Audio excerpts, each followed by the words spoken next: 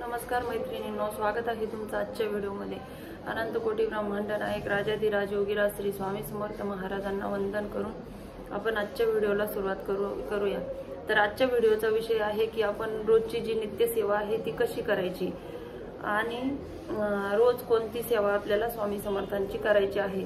तर श्री स्वामी समर्थ या नावातच खूप ताकद आहे। आपण जर श्री स्वामी समर्थ या मंत्राचा जर दररोज 11 माळी जप केला तर खूप काही अडचणी ज्या आहेत त्या दूर होतात। तर आपण बघणार आहोत आज की आपण नित्य सेवा कशी करायची।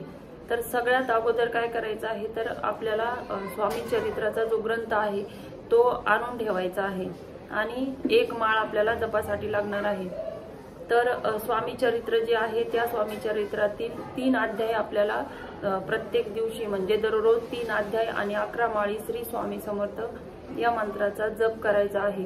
त्याचप्रमाणे बऱ्याच जणांच्या देवघरामध्ये स्वामी समर्थांची मूर्ती आहे, तर ती मूर्ती असावी किंवा नसावी हा बऱ्याच जणांच्या मनामध्ये प्रश्न असतो।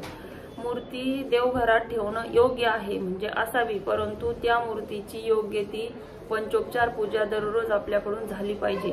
या दृष्टीने आपण ठरवायचं आहे की मूर्ती ठेवायची की नाही ठेवायची। त्याप्रमाणे आपल्याला रोजची नित्य सेवा करायची आहे। त्याचप्रमाणे दररोज आपल्याला तारक मंत्र म्हणायचा आहे। त्याचप्रमाणे आपण जेव्हा गाडी चालवतो, मुलं व्यवस्थित वागत नाहीत आणि बऱ्याचशा ज्या अडचणी आहेत त्या अडचणींवर आपण या तारक मंत्रातून मात करू शकतो। आणि या जर सेवा आपण केल्या तर स्वामी समर्थ म्हणतात की भिवू नकोस, मी तुझ्या पाठीशी आहे। याचप्रमाणे स्वामी समर्थ महाराज नेहमी आपल्या पाठीशी असतात। ज्यांना शक्य आहे त्यांनी रोज 7 अध्याय वाचले तरी चालेल, रोज एक स्वामी चरित्राचं पारायण केलं तरीही चालेल।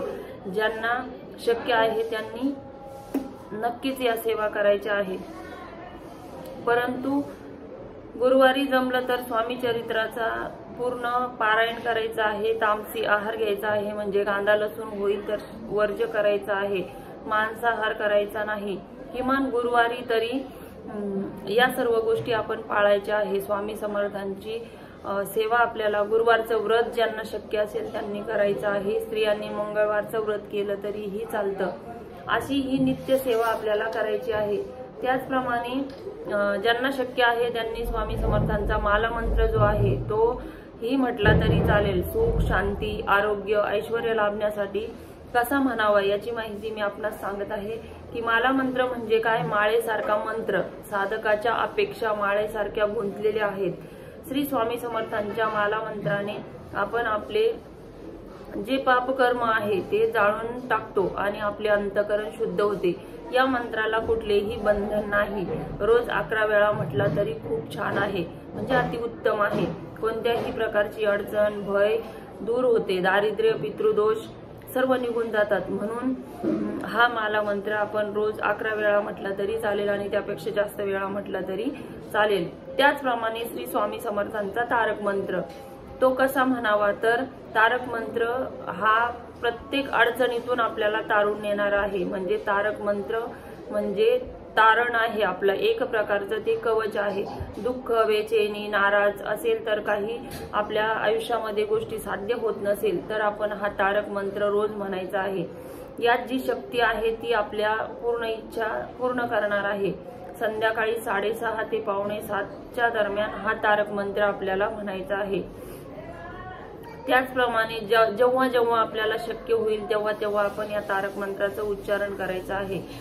आणि ज्यांना वाचता येत नसेल त्यांनी मोबाईलवर तारक मंत्र लावून म्हटला तरी चालेल, त्यासोबत आपण म्हणायचं आहे आणि बऱ्याच वेळा म्हटल्यानंतर तो आपल्याला पाठ होईल आणि आपण अशा पद्धतीने ही स्वामींची नित्य सेवा करायची आहे।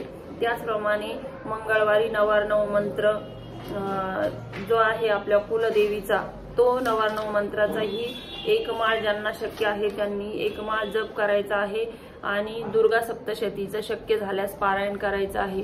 तर अशी ही नित्य सेवा ज्यांना कामे आहेत, ज्यांना शक्य आहे त्यांनी नित्य सेवा करायची आहे। तर सर्वांना श्री स्वामी समर्थ।